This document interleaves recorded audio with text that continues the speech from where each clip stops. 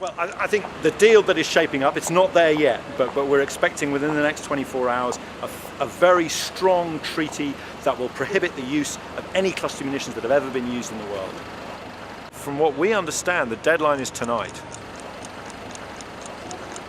Well, we've seen significant movement from Number 10. It seems that Gordon Brown has personally intervened to say that they want to sign up to the treaty and that the UK is prepared to put its remaining stockpiles of cluster munitions aside in order to achieve this strong treaty that will stigmatise the weapon. Well, I'm absolutely delighted, and I think we owe it to Gordon Brown, who really put his imprint on getting an agreement and got the cabinet into line. I think it's great news. We're not quite there yet. Further negotiations have to take place today.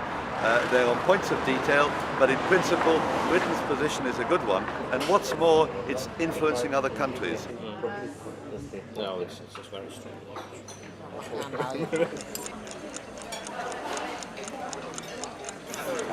We've just come out of the morning session, and what happened there was that the President presented a compiled text of the results of all of the work until now, and added with his understanding of the balance and the right compromises, and he presented it to all the delegates sort of in full and said sort of, this is my suggestion, and now you have to look at it and say, and come back and say whether you can accept this or not.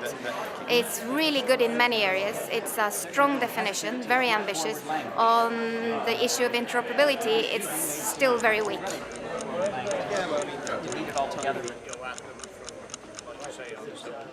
Okay, well, the draft treaty came out this morning, and we're particularly concerned about the Australia and Canada and the interoperability article. Basically, they've got a lot of pressure on them from the US on this joint operations and potentially where they could be involved in planning and using cluster munitions.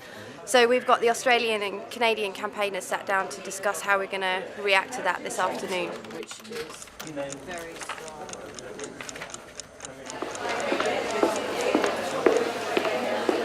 Yeah, it's been a long sort of strange day really, because we've been waiting around to find out what's going to go on, and then suddenly we've found we're at the end. I guess there's some elements of frustration with that because there's bits that could be improved, but at the same time there's a lot of very strong elements of the treaty, so I think people should be very proud. We've been working at this for such a long time. There's been 40 years of humanitarian harm, 40 years of public opposition, 5 years of intensive campaign with the Cluster Munition Coalition, 18 months of hard work, intensive work with the Oslo process, and then, less than 10 days here in Dublin. And now we've come out of it with a great achievement. We've come out of it banning all cluster munitions, banning them immediately, and providing the assistance that communities and survivors really need to get on with their lives and to build a better life.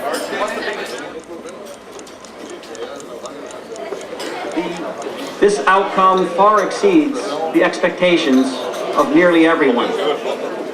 It does not distinguish between good cluster munitions and bad cluster munitions.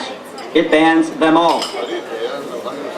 This is a convention with no exceptions.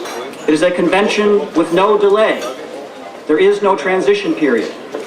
It has excellent provisions on victim assistance. Indeed, these are groundbreaking and historic in their own right.